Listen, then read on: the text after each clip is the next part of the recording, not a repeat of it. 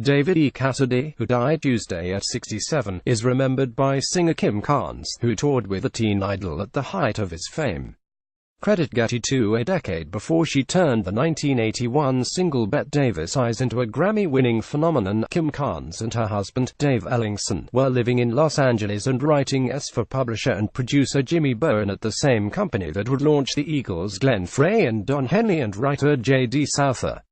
Carnes and Ellingson, who now reside in Nashville, would be called on to join David E. Cassidy on tour, opening shows and singing backgrounds, not long after the September 1970 debut of ABC's The Partridge Family, which transformed the then 20-year-old into a global superstar. For Carnes, however, her memories of Cassidy, who died Tuesday at 67, were not of the teen idol that delighted throngs of adoring fans. Her reflections are of a young man who appreciated his success but held his family and closest friends in highest regard, an artist who would work long hours on the set of the series, which ran for 4 years, then tour throughout the world on the weekends, singing the familiar hits, including the 3-week #1 I Think I Love You. When he needed a respite, Cassidy would escape to Carnes and Ellingson's LA home, spending nights engaged in hours of casual, sometimes intense conversation, accompanied by wine and weed. In a Rolling Stone exclusive, Carnes remembers Cassidy in her own words. "I wasn't the Partridge Family, but everybody knew who he was, because, instantly Keith Partridge became so huge.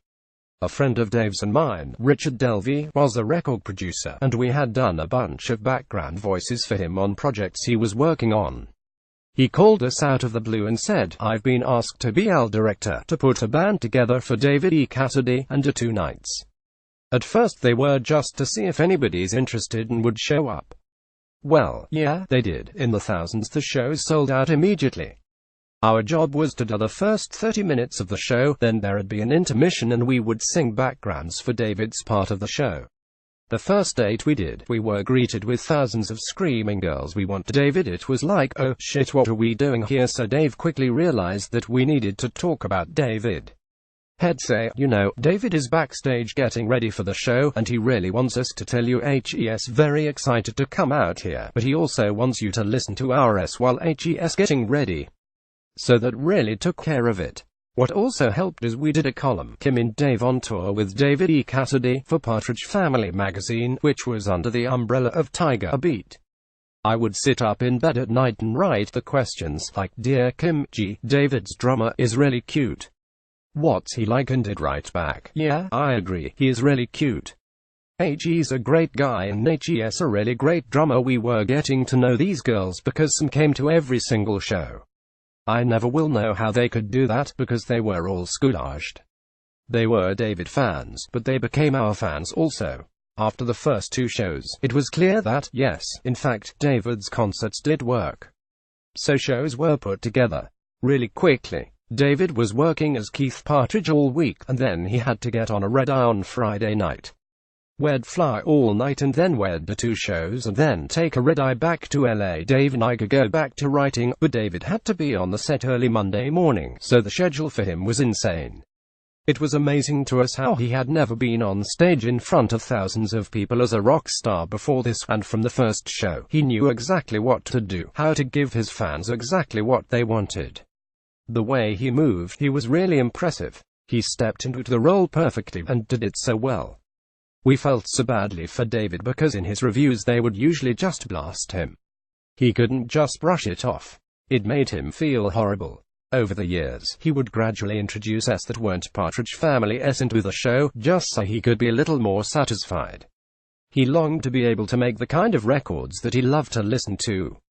He used to say, "The problem is my name is David E. Cassidy, and nobody takes what I do seriously." I remember for most shows, they'd have to put him in a disguise and sneak him out of the venue. There were girls all night long, pounding on doors of the hotel room. They would find out where we all were staying. Many shows, especially in the summer, outside in the heat, his fans would press each other to get up to the front, and from our vantage point on stage, we were as girls would faint. The bodies would be held by the crowd and taken to the back, where there were waiting ambulances. It was just that crazy. As David used to say, he couldn't go to a market, he couldn't go out anywhere, and our house became a safe place for him. We'd get out a bottle of wine and smoke a joint and put on this collection of really weird out, crazy, bad records, and we'd put on the same records time and time again, and laugh just as hard every time about them. But then, we'd put on what we all liked: Buffalo Springfield, Crosby, Stills Nash, Jimi Hendrix, Jeff Beck. It was just the three of us. We would go well into the night, and many nights he ended up sleeping on our couch because it was too late to drive home. Then we started writing S together. My favorite of the S we read with David was called Can't Go Home Again.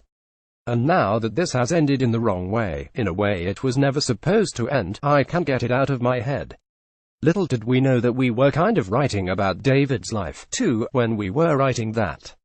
We weren't specifically at the time, but now it becomes very poignant. During the time we were touring with him, I released my first album, produced by Jimmy Bone on Bell, so when we would go to cities, I would go to radio promoting that album. But by the end of '74, I was about to record my first album for AM, and I also was pregnant, so that's why we stopped touring with him. The times we saw David after that were way too few.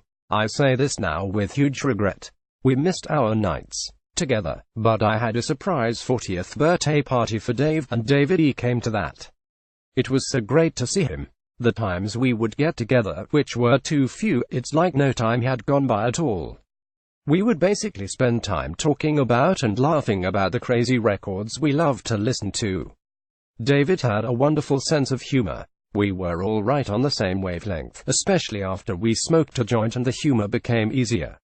He had the best laugh, the best smile, and the biggest heart. His best friends were his friends he went to school with, and he always stayed close to the people that had been friends with him for years and years. If you just read in later years what happened to him, or just look at the Partridge days, people might have a different impression. He was so much more than all of that. Later in life, he was always close to Evelyn Ward, his mother, who died in 2012. She developed Alzheimer's, and David was the one who went and took care of her, then went out and spoke on how to be a caregiver if someone you love has Alzheimer's or dementia.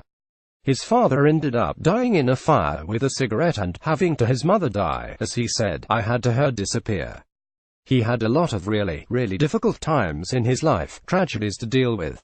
Not just in being David Cassidy, teen star, and trying to make people believe HES more than that, but on a human level, on a family level, I think he was always searching for love. And the fact that he came over and hung with us so much, where he could just be David, and say anything he wanted, and just be real, I treasure that.